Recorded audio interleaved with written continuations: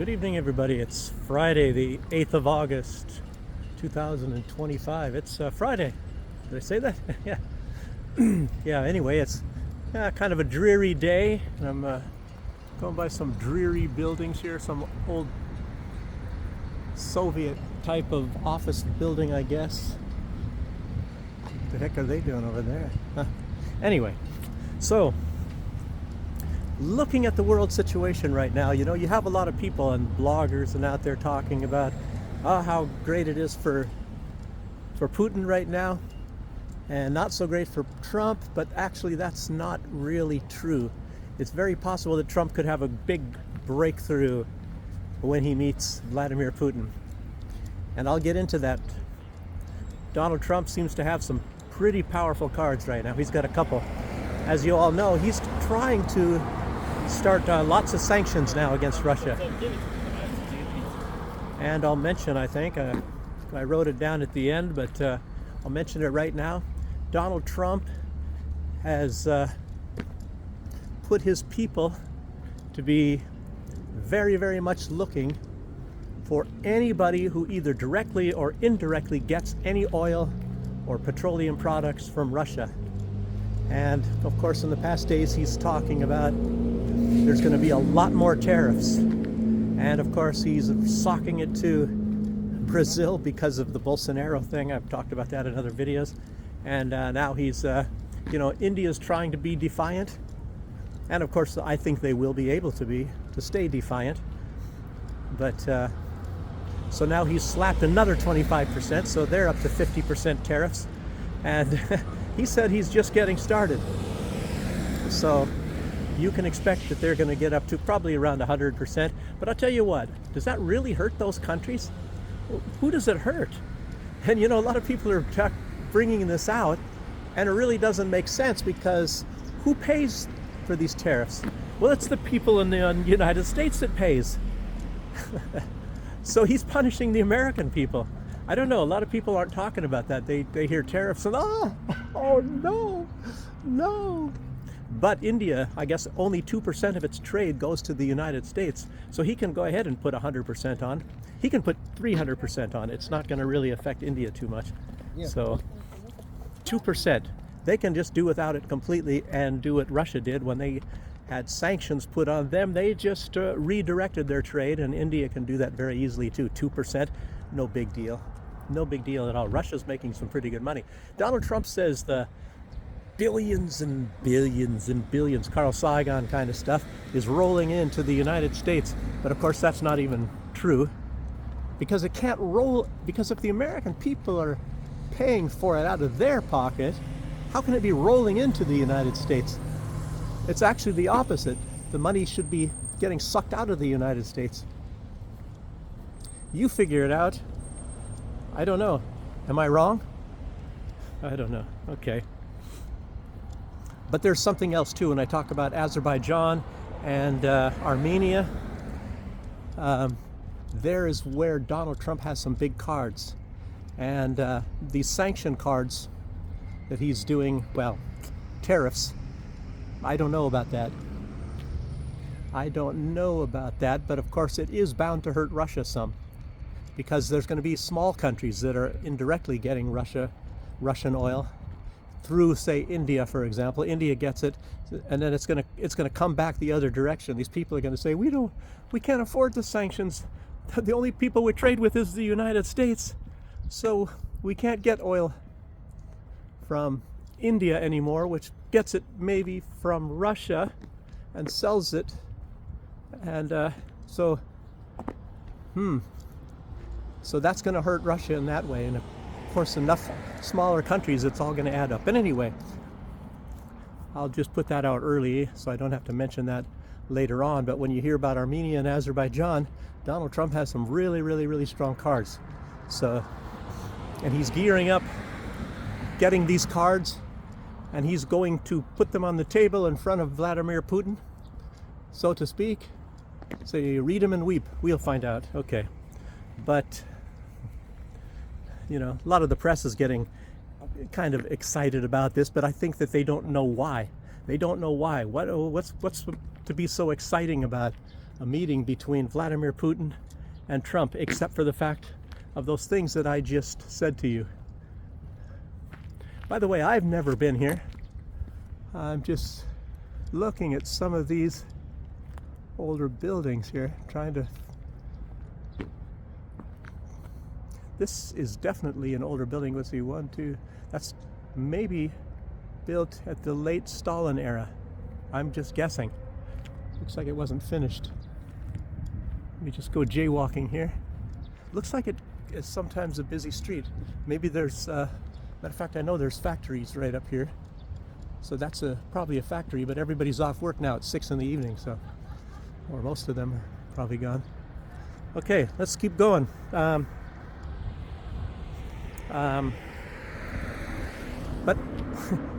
if Trump really wants to end this war, of course he could end the war like everybody says, but of course he wants to end the war on his terms, where he gets a benefit. He personally gets a benefit. I got the Nobel Peace Prize. I should get 6 or 7 of them, of course. You know, he said he should have gotten 5, and now he's going to supposedly this thing with Azerbaijan and Armenia. You know, it's complicated. That one is really complicated.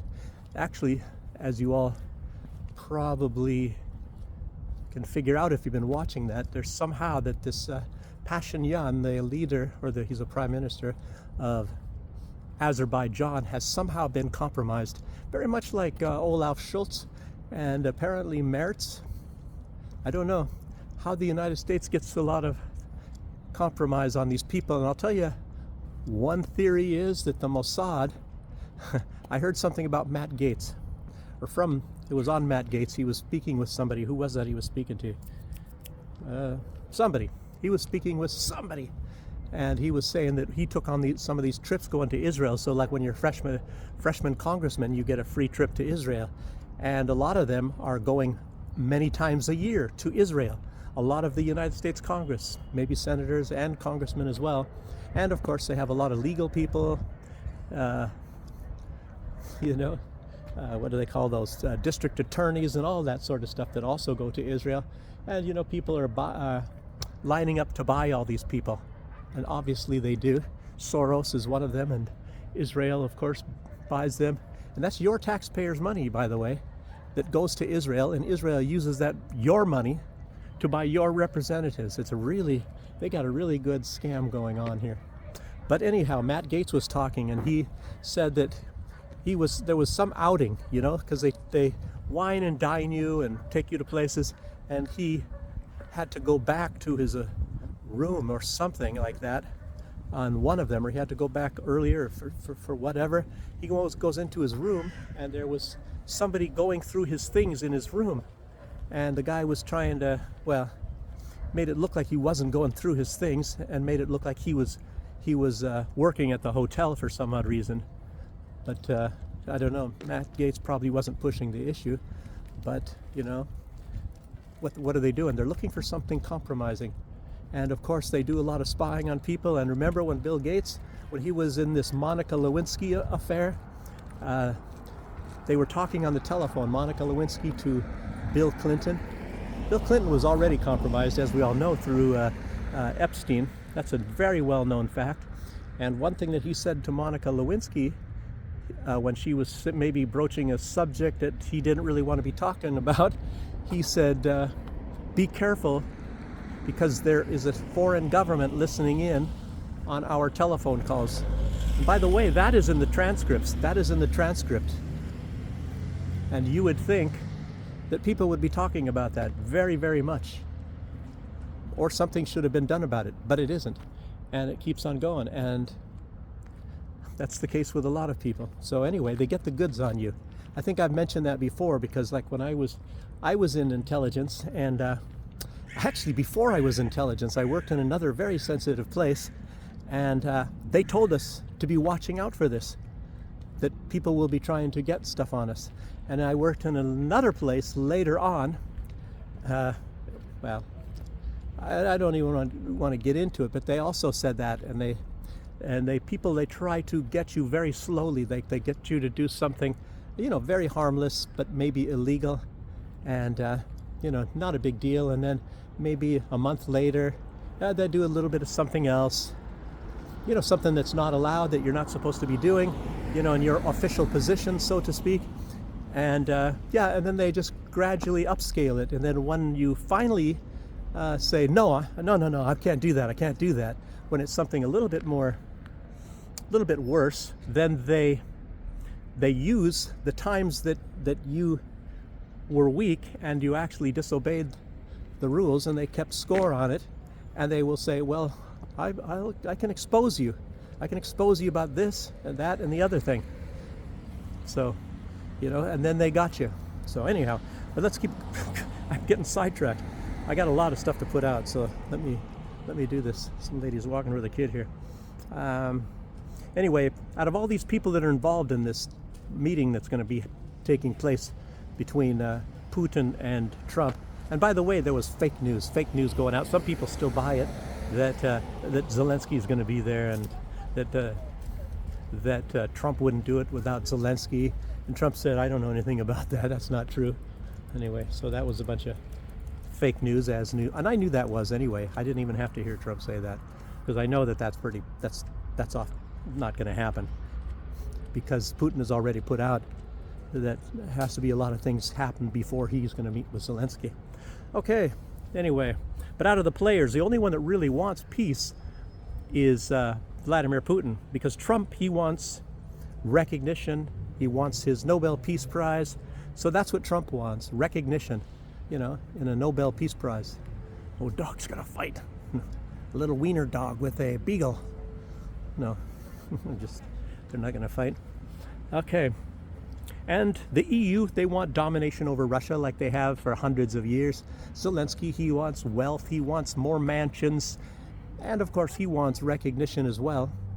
Also, Zelensky's got some big plans for the future, like Uriah Heep did in David Copperfield. If you know the character Uriah Heep, the lowly clerk. Oh, we're so humble, Mr. Macabre. We're so humble, Master Copperfield. Oh, we're so humble, we're so humble. And then he ends up owning the firm after, David Copperfield comes back from his journeys around places and growing up a little bit. And the guy that was owning it, was it Mr. Macabre? I don't think Macabre was somebody else in there, I believe. Anyway, the guy that owned the accounting firm, he's ended up being the slave accountant that gets kicked around when it was his business to start with. But anyway, let's keep going. So all these people, they want something different. The only one that actually wants peace is Vladimir Putin, because like I have already said, and a lot of people, well, at least the Russians have put out, that when the West goes to war, they go to war for resources, in other words, money. And when Russia goes to war for people.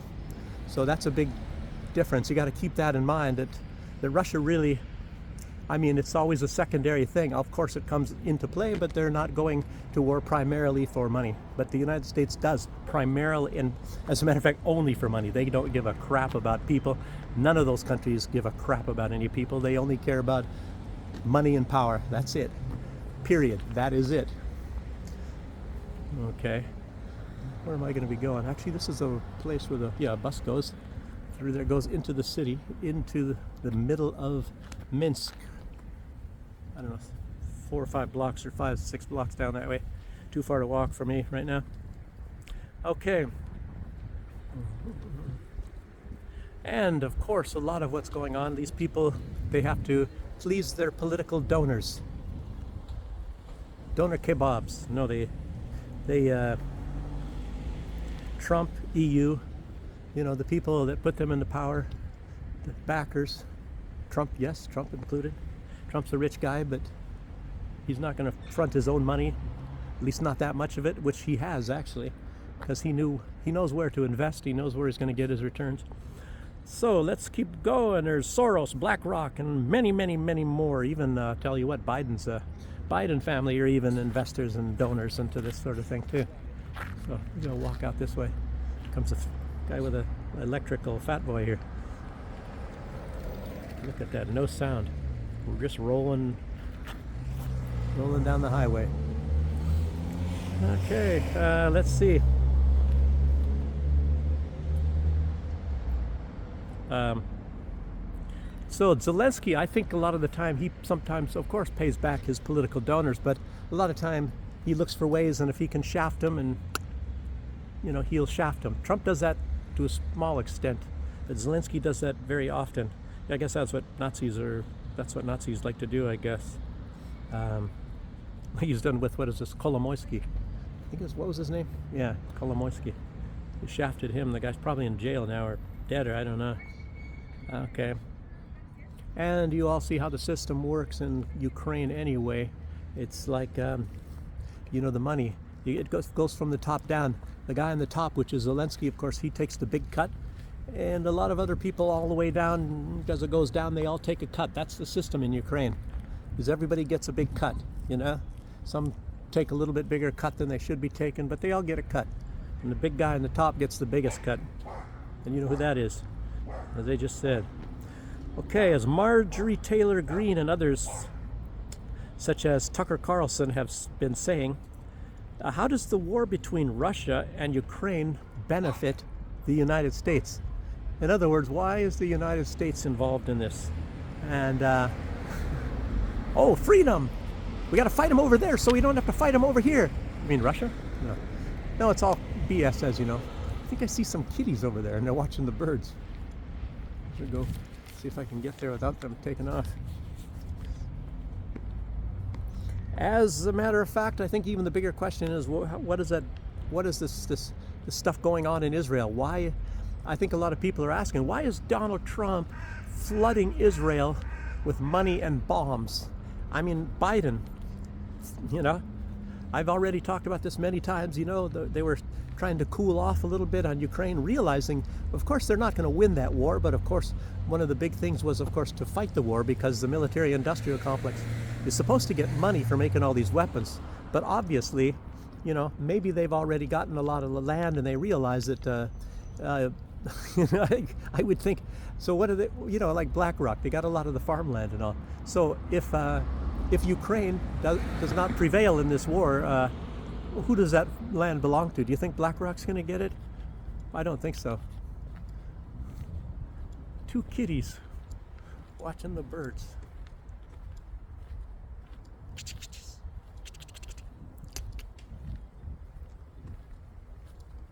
When I get too close, I don't know them. They'll take off running. Like a pigeon walking right in front of them. There's your dinner.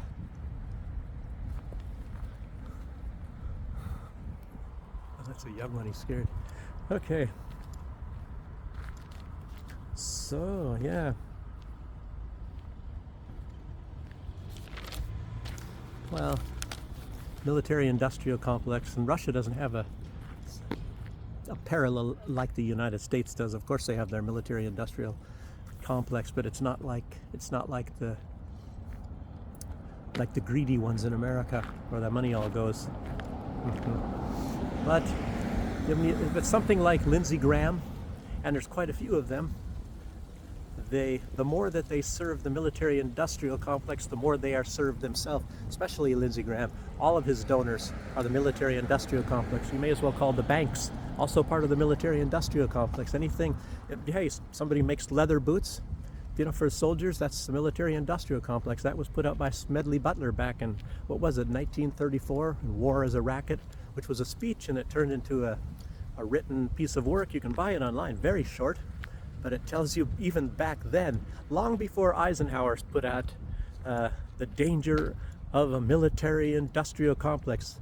Of course, he might have given it the name, but of course that existed long before that, 20 years before Eisenhower. Smedley Butler talked about that. War is a racket. So, okay, Marjorie Taylor Greene, Tucker, and Congressman turned reporter Matt Gaetz have lately been very critical about what's going on in Israel.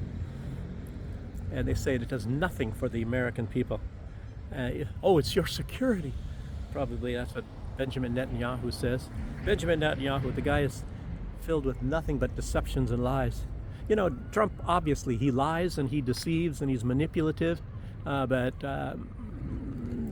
he rarely goes that far. And Benjamin Netanyahu, the vast majority of everything that comes out of his mouth are lies, deceptions, manipulations. Okay. Okay, let's see. So the American taxpayers get to lose huge sums of their money going to Ukraine, going to Israel. Huge sums. So Americans die. America gets to get a bad image. So everybody hates America. Thanks to those that feed the military industrial giant. Look at this place. People, I think, live there. Look at that. There's a plant. Wow. It's a very run-down place. I'll tell you what. Very, very good chance this is private. And it's not government owned. Most all of these things, like this one here, obviously is government owned. Built probably in the Brezhnev days, I would guess.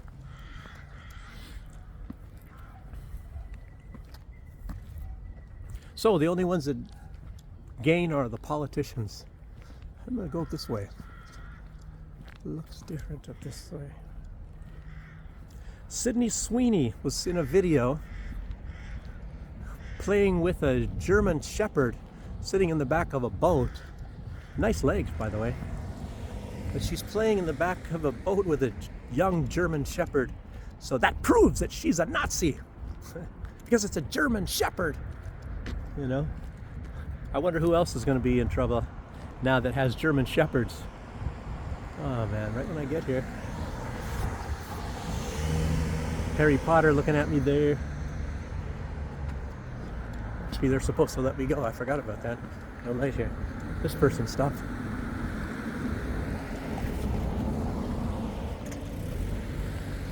So the liberal, short-haired, fat lesbians, you know, can't get enough of going after Sydney Sweeney when she talked about her jeans that she was wearing. Oh, that means your genetic genes. I don't know. These people are just going too far. I don't know. Sydney Sweeney, I don't even know if she's even going to give that a comment at all. I guess these are the same people that back Ukraine. Strange. They like those Nazis, but then they create Nazis that aren't Nazis to criticize. Isn't that something? Some kind of a medical person apparently there. Blondie. Yeah. So, like I already said about this is said that India only has like 2% of its trade with the United States. And I guess if Trump has his people starting to look, you know, fertilizer to a large extent is also a petroleum product. I think urea is a petroleum product. I think in the old days maybe it was just some kind of a restaurant here. Look at that. Incredible.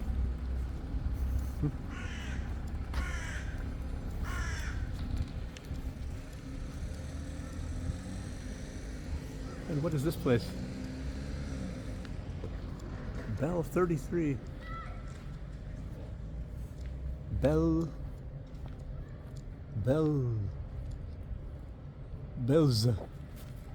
Some kind of a government thing. Oh, look at this.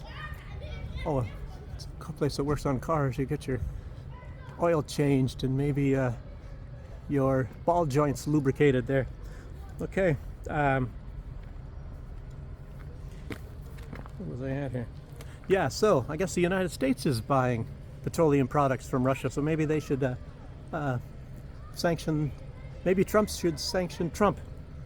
Hunter Biden is doing a lot of talking lately. I guess he's coming out, you know, maybe he's recovering, maybe he's not recovering from his crack and all the other things that he does there.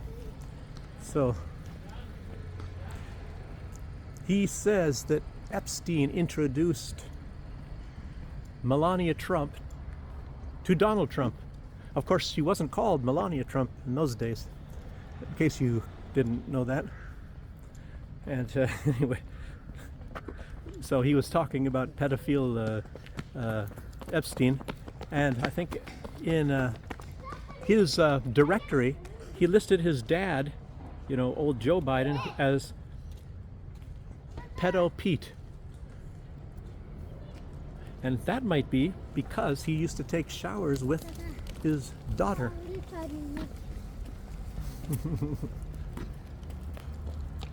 Remember that? It was in her diary, and they were really feverishly trying to get that diary. Like somebody had gotten a hold of the diary or something, and the Secret Service was really out to get this diary of Biden's daughter. So, gosh, nice hair.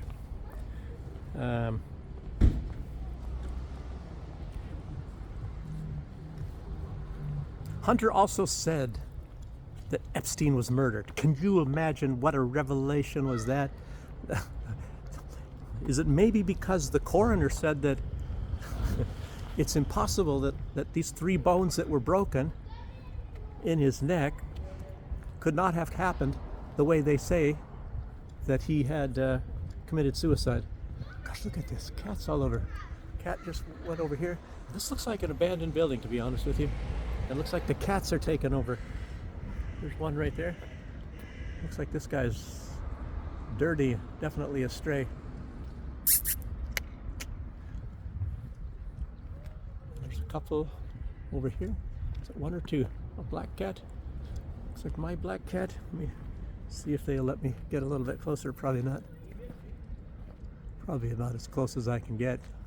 You guys can probably only see a little black speck over there, so I don't want to disturb it. So can you imagine that? Epstein was murdered? Can you imagine that? Can you imagine all of this stuff about Epstein?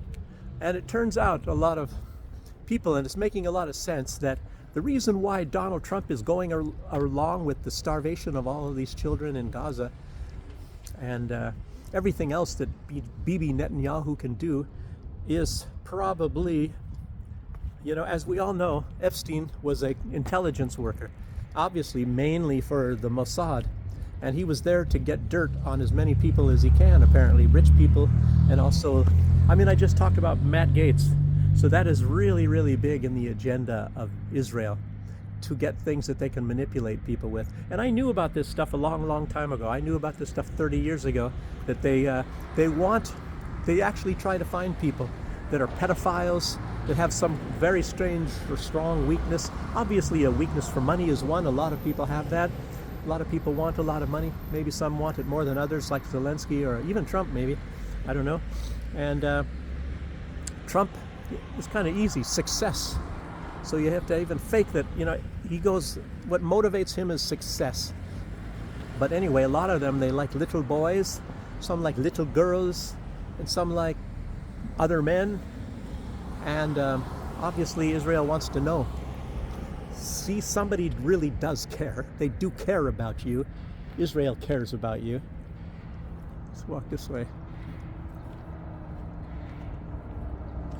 So they get the goods on you, and then, yeah, then it's easy. They can make you do whatever they want. And I've heard about that a lot of time. I already told you that. So it looks like they got the goods on old Donald Trump. It's possibly about these photographs. Some people are talking about like Polaroid photographs, Trump, and you know, a lot of people say, oh no, I doubt that Trump was having anything like that, or blah blah blah, you know, but I don't know, maybe he was, maybe he wasn't, but apparently there's enough information there to make very, very much embarrassment for Trump, I guess. I don't know why he would be going to such extremes otherwise.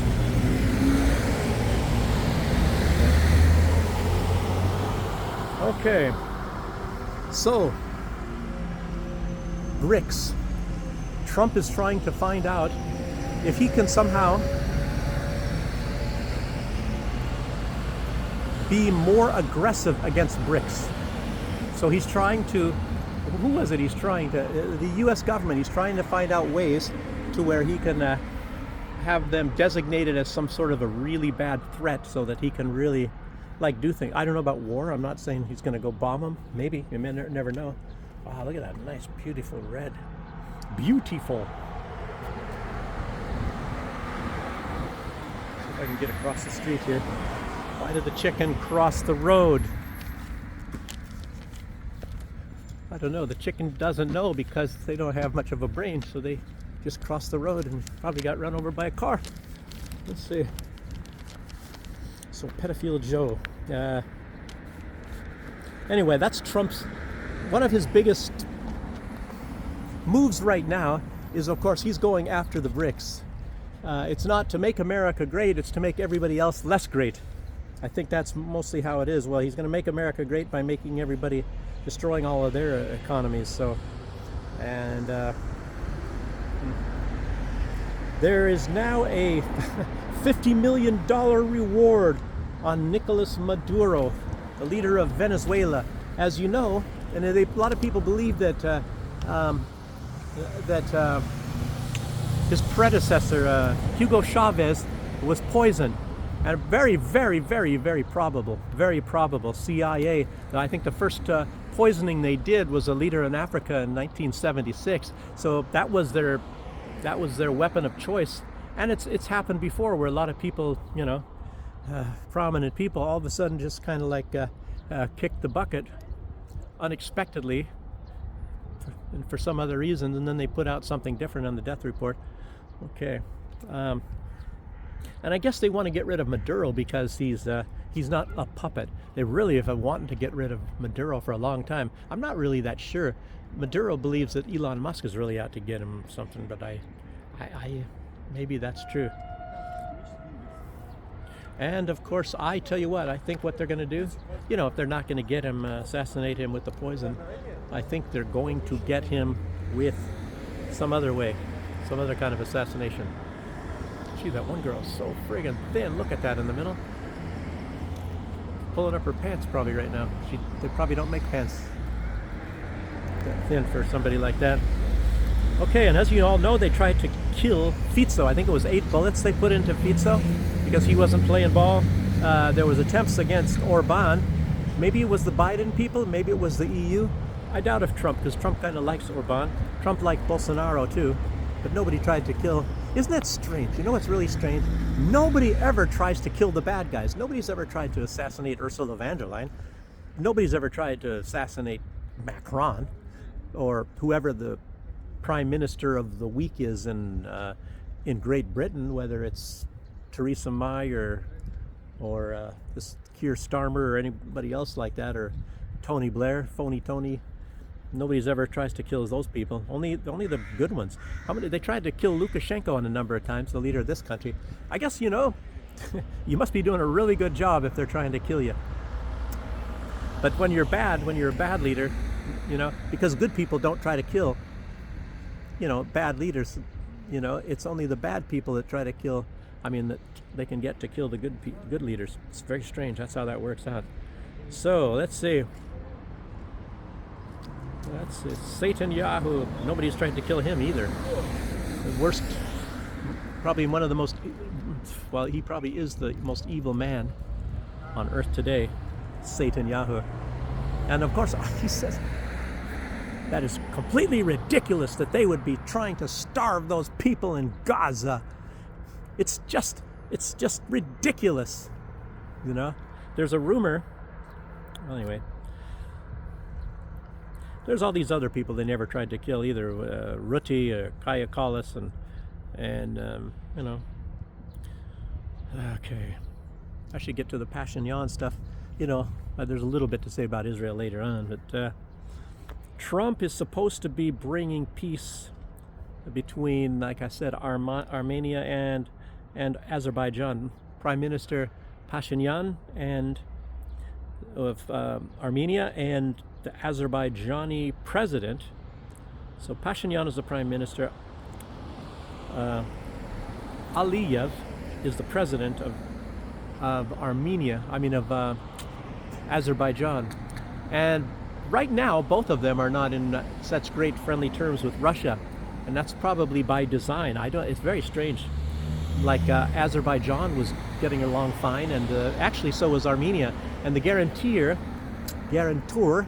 of the security of Armenia has always been Russia. because Armenia is a weaker country than Azerbaijan, and Azerbaijan is strongly backed by Turkey. So they need somebody for their security, but Pashinyan somehow is compromised, as I say. He's now turning to the United States, and Donald Trump has got some cards, and hopefully I can get you to be able to understand how I'm going to say this in a minute here. Where these people are all coming from here? Let's see. Velurtorf.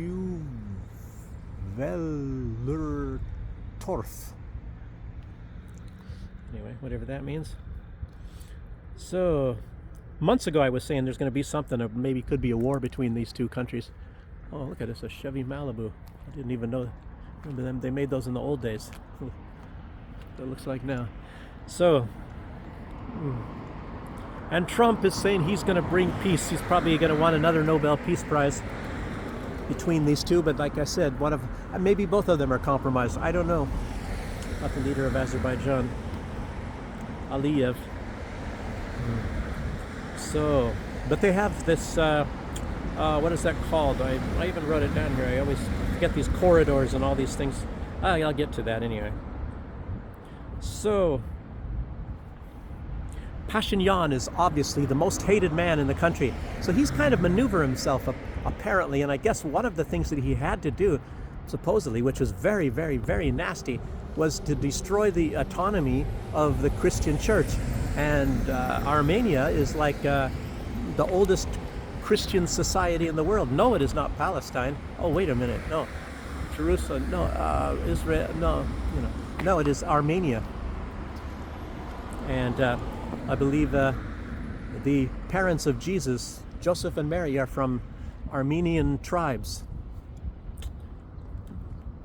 So I don't know what were they. I forgot the name at the moment. It sounds like Armenia, but you guys know what I mean anyway. Okay. So, but anyway, Pashinyan, the most hated man in the country by far, I guess maybe his approval rating might be right around 16 or something like that. No leader on earth has a approval rating so bad.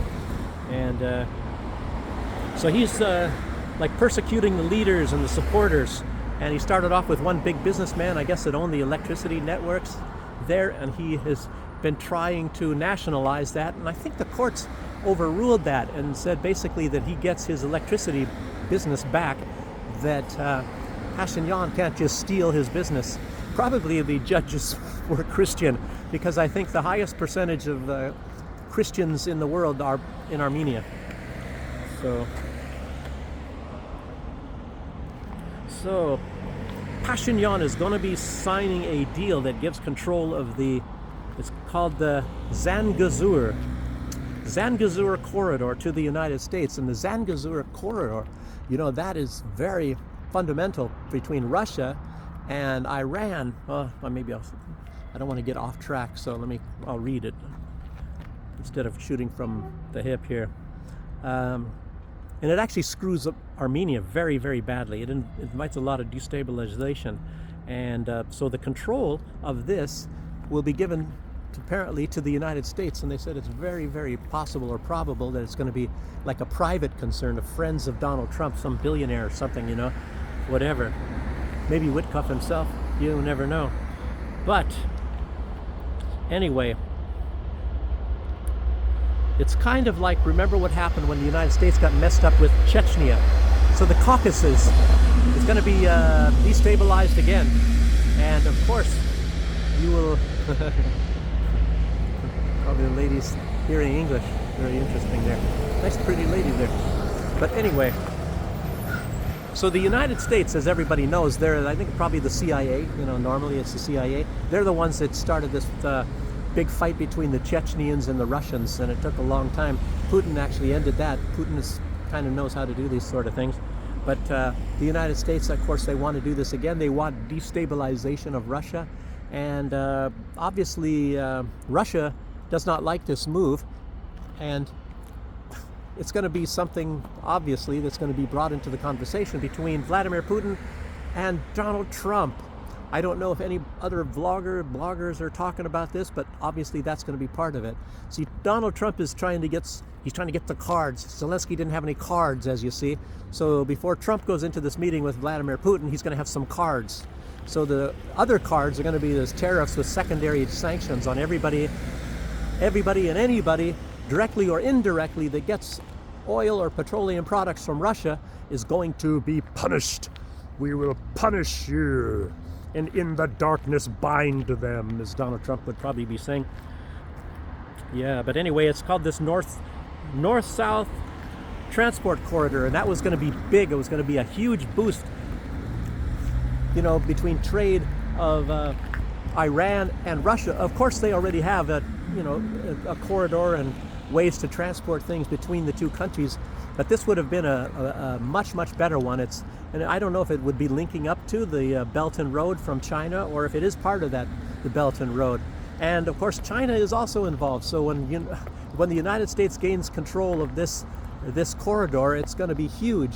And it's I'll tell you what, if I were Vladimir Putin, I would engineer something like the United States always does, like say something like those people in the Zangezur corridor are bad to women. They are mistreating the women, so we have to send our military in. Something like that. You know, the United States would do it that way. Or they're gassing their own people. Something like that.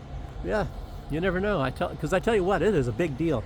It is a big deal. It's going to do a lot of harm to the BRICS trade, and it's going to be bad because what's going to happen? I guess there's two possibilities. There is the Iran, Armenia, Georgia, and Russia, and for some odd reason that's the best. Maybe it's the shortest one, and you see why now.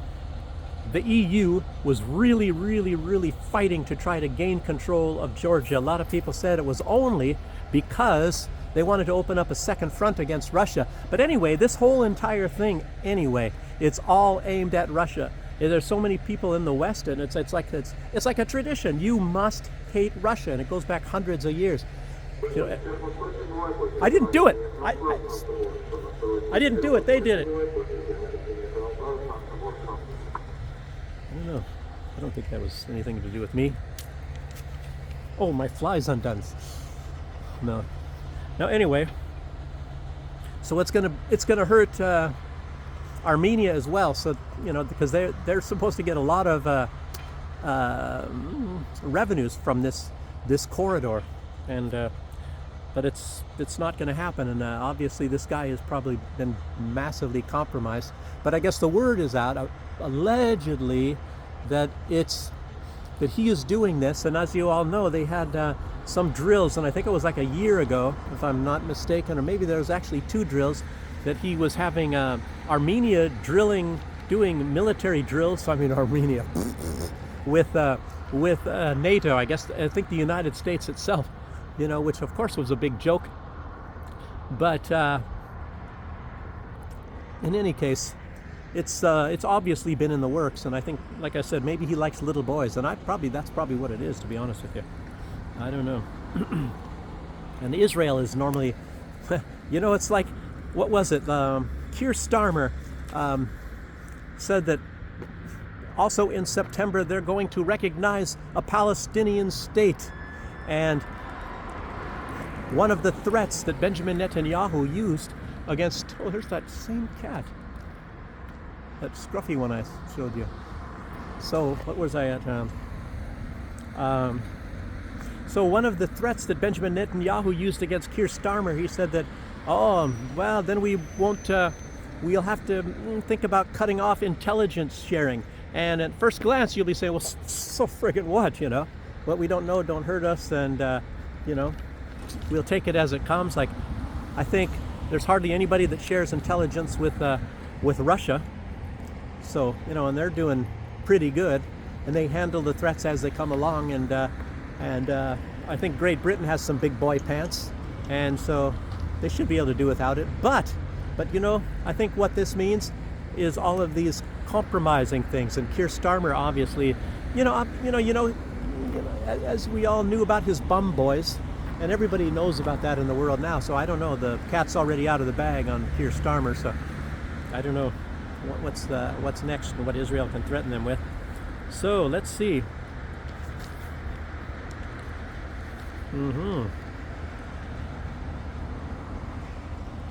But anyway, like I said, there's a sourness now. There didn't used to be between Azerbaijan, or as a matter of fact, or Armenia, and Pashinyan for some reason. Like like they accuse Putin of waking up one morning and blah blah blah, and attacking Ukraine, which everybody knows isn't true. But it's very strange. Why did this Pashinyan, over the course of a couple of years, all of a sudden be souring against Russia? And now, just recently, you have the leader of, Azerbaijan, and they took some like Sputnik reporters and beat them to a pulp. They were like both eyes black and bruises all over their face. They beat the crap out of these guys and took them in, and I think they still have them in prison. And Sputnik is asking, well, what's this all about? And it's anyway, but they're trying to be nice to Azerbaijan as well, instead of, I don't know. So there's some really crazy stuff going on, and there was like you saw Erdogan. He was maybe leaning a little bit towards Putin rather than towards the West, obviously, but now he's leaning again towards the West, and he's again begging to get into the European Union. I don't know. Erdogan. And Putin has always helped him out, and the West has always shafted him. It makes you really wonder, and it's strange. And right now, Trump is trying to shaft, obviously, not just Brazil and Venezuela and of course India, but India, I guess they play by, it's just like Assad.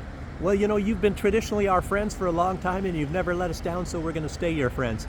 But a lot of these leaders, they will say, they'll stab their friend in the back, I guess, whenever somebody offers them a bigger hot dog or something. I don't know. Oh, some guy from Tajikistan or someplace like that.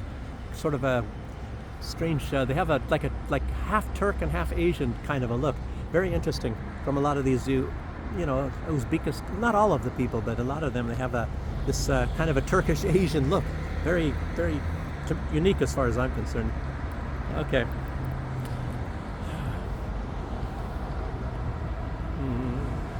So anyway, it's a huge sabotage of whatever is going on between these ties between Russia and some traditional friends from a long time. But as they say, Armenia is not only going to lose economically from not having this transport corridor, they're going to lose their sovereignty over its own border and its strategic territory. And if you look on the map, look at, it's actually very important that you look on the map and you look at Azerbaijan and Armenia and also see where they're situated.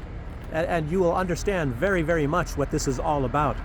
And when you consider the fact that Armenia is actually a weaker country militarily, and in other ways as well, that you would even be wondering, why would they sabotage the good relationship with Russia? And I don't even know, Pashinyan, he's still trying to act like he's kind of friendly with Russia, but I think maybe he doesn't really. I think he's compromised. He acts like a man that's compromised. That's all I have to say. Even more so than Olaf Scholz, which I was always saying, who was compromised. Merz, he might just be bad to the bone. So he's like the Nazi background and all that, so I don't know. But I thought Olaf Scholz was compromised. He did a lot of corruption in his earlier days when he was the mayor of Hamburg and things like that, so I guess that has something to do with it. So, but Pashinyan, and of course China's not going to like this either, because China also loses. So why would this guy be doing all this, and of course screwing over the church as well? Wow. He's the most hated man in Armenia, obviously. So he thinks he's trading it for protection from Turkey and Azerbaijan. That's what the word is. He's probably going to need protection from Russia too now. And another strong theory is that the United States is going to use this Zangezur corridor to gain access for Caspian energy. And that's going to be something that they can use, again, for manipulation against Europe. And of course, they can probably supply a little bit cheaper energy than what they're getting now. I think, what is they paying 4 times more for American energy than they were paying for Russian energy. So maybe they can only just pay 3 times more. You never know what the U.S. is going to, because the U.S. is going to probably take control of that. It's not going to be enough, I don't think, for all of Europe, of course, but it'll be significant if they really do get that. Wow. And Armenia, of course, one other thing that they're risking is isolation. Isolation. Wow.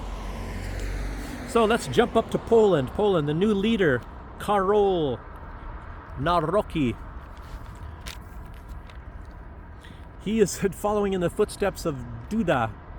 And of course, he also wants to increase the size of the military. Duda was doing it. Makes you really wonder, there's some master plan. Somebody is behind all of this. There's a man behind the curtain. You know, Duda was doing it. This guy wants to continue it. And if you look at even what's going on in the United States, Trump is actually just carrying on all the same policies as Biden, you know, just in a little bit different way. I guess that was what he was promising. So this guy, he says he wants to, within the next, couple of years, he wants to have Poland increase the military, I think, by another 300,000. Wow. 300,000. And if you remember, before the special military operation, I think Poland had kind of a not very well-trained military, it's not a good trained military, of 60,000. It was like kind of similar to Belarus, and Belarus still has, I think, a little over 60,000. And of course, they have it supplemented with, they have still, I believe, even though I haven't seen any Russian troops, but I'm pretty sure, just because I haven't seen them, that they're not here. I'm sure they still have some Russian troops here.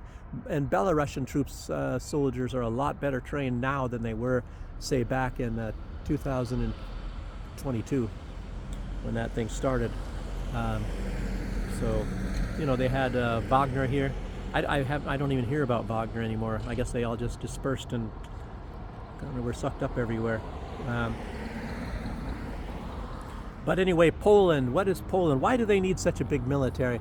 And of course, you guys all know, and you've heard, that the EU and the powers, probably the United States, it's probably all these men behind the curtain, all these big rich people, and they're sitting there salivating over Russia's resources, and they want Russia's resources. So this EU, and of course their buddies and whoever that is, they want a war against Russia, and they've been promising that they want to be ready for this war. Obviously they're saying Russia wants to start the war.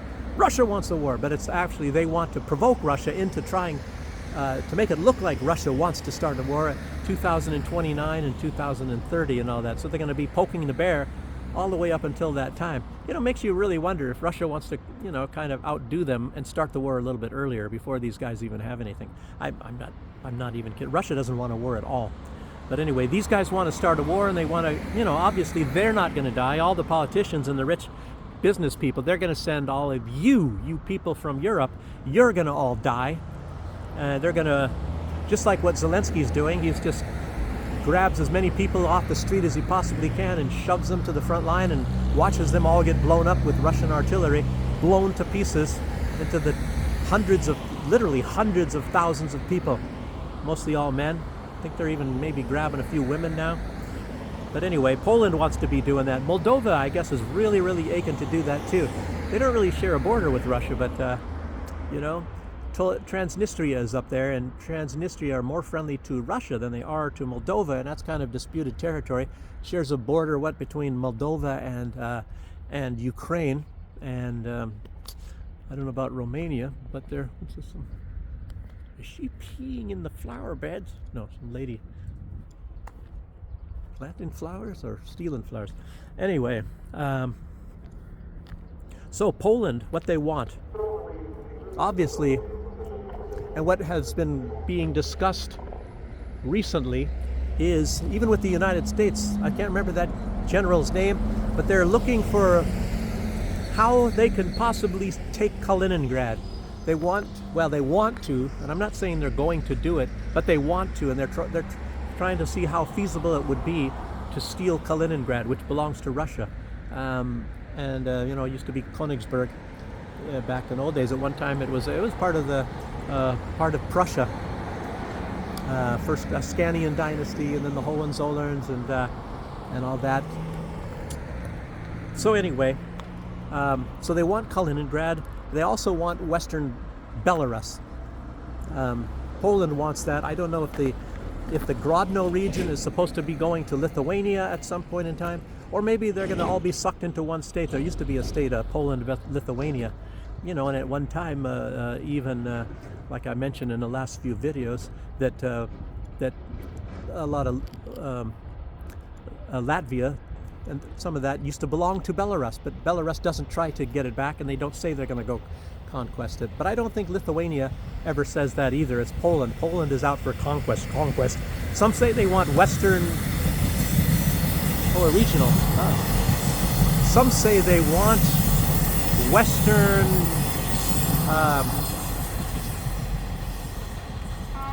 Western Ukraine, Western Belarus, Western Ukraine, and Kaliningrad. So they're on the big march, and that's why they want to be the biggest military. They want to be bigger than France and Germany. They want the biggest military in all of Europe.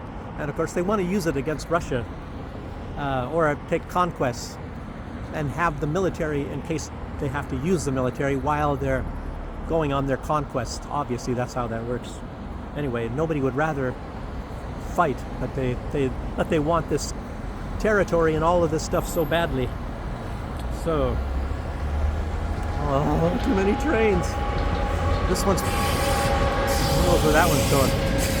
What if that's you never know, that's probably one going all the way to Moscow. I'm guessing.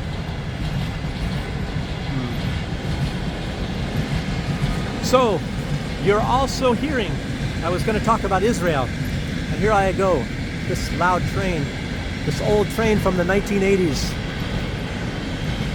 It's going to be going by here. Driving that train. Oh, that was Starmer and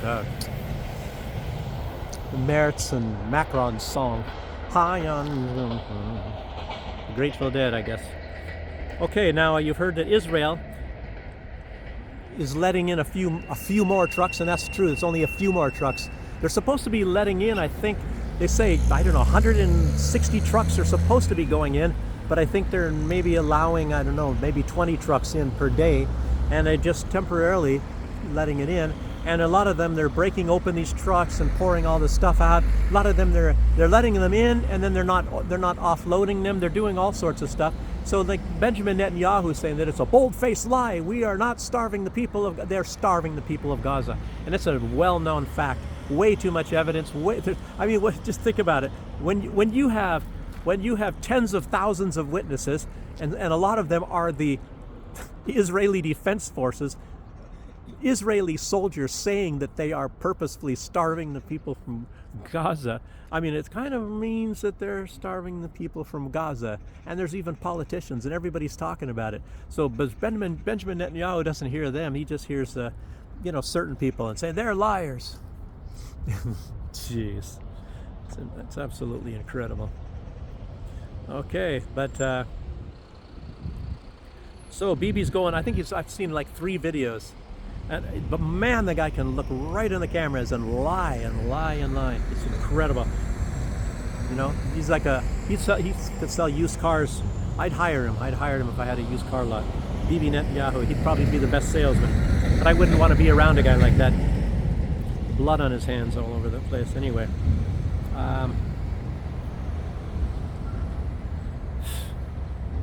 So I don't know who believes Bibi Netanyahu. Probably Ben Shapiro. Ben Shapiro. When you first heard Ben Shapiro and didn't know that he was a big con artist, he sounds pretty believable. Very convincing. Like he'd be number 1 on the debate team in college or something like that.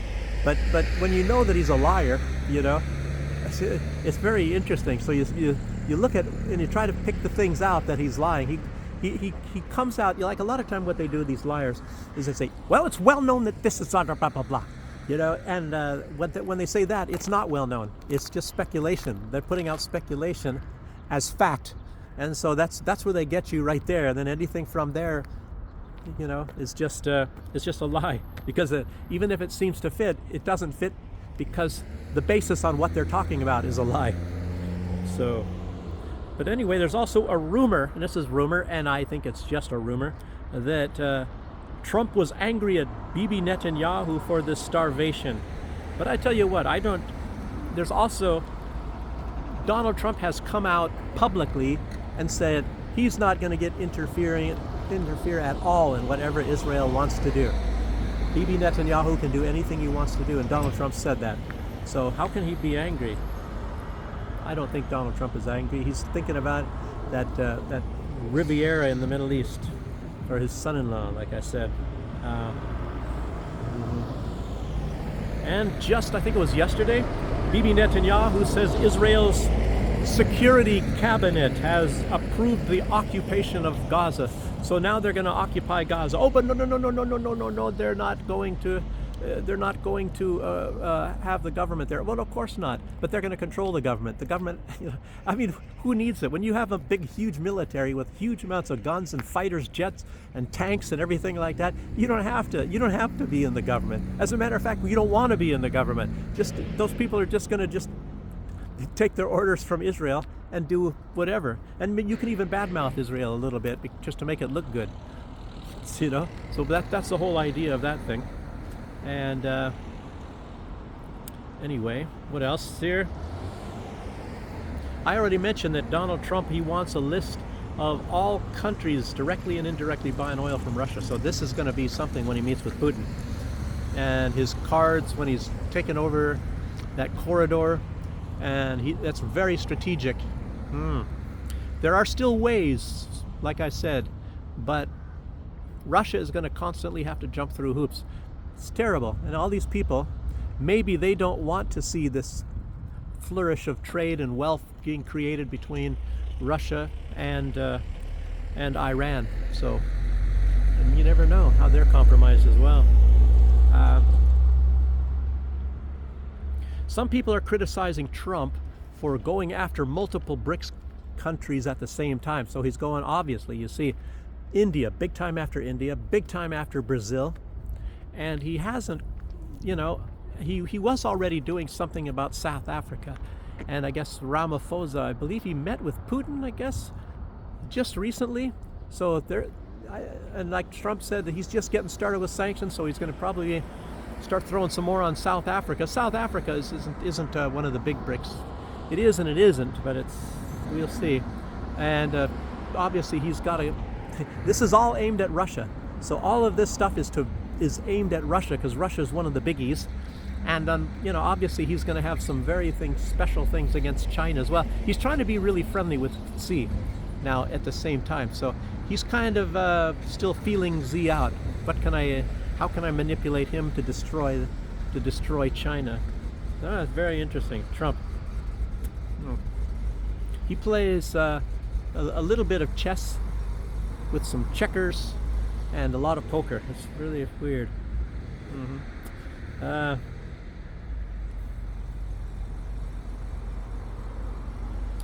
Another problem with Gaza is what's not going in, and a lot of people are talking about, is water.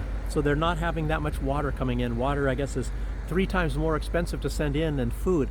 So a lot of these humanitarian workers are pleading if they can possibly get some water in some way. And Israel, of course, is definitely not going to want the water to go in either. And a lot of the problems being caused by the fact that these people, they don't get enough water there. Yeah, they get just rainwater. About these British spies, I haven't heard so much about them. It was just released, like I said, I think I talked about it day before yesterday. And, what is happening to them. Obviously the Russians are staying mum about it. But it appears, I mentioned that one was a British colonel, one was a British lieutenant colonel, and apparently another one was an MI6 spy officer. And these guys were there in large part for target acquisition, to get targets for the British, that are operating probably the Storm Shadows in Ukraine, as well as the Ukrainians. So they're working on, I don't know how they're doing it, because they were caught in recently taken over territory of that Russia took from Ukraine. So I don't know how they're getting the acquisition of the targets, probably through traders, Russians. Maybe there's somebody giving them coordinates in Russia where things are at. I'm highly imagine that's the case. So, and of course they got satellites as well. Very easy in that way. Okay, target acquisition.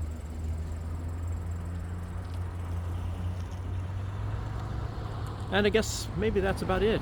You know, everything else that I wrote here is like, it's all kind of the same stuff that, you know, Donald Trump is trying to get as many cards as possible before his meeting with Vladimir Putin, so he doesn't look like Zelensky when Zelensky went to the White House. You don't have any cards, man. So, anyway, on this gloomy evening, that's about all I have to put out. Everybody is getting off work here. Actually, most all of them are already off of work, and these are the stragglers, the guys that stayed late. I can show them to you. Wait a minute. Oh, this way.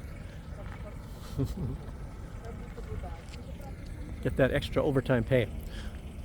Anyway, thanks for joining me. And oh, yeah, I should say I want to do the coffee thing. My coffee video, I promised I'll get around to that, but I'm not getting too far. Kind of lazy today. Anyway, thanks for joining me. I'll see you on the next one, everybody. Bye-bye.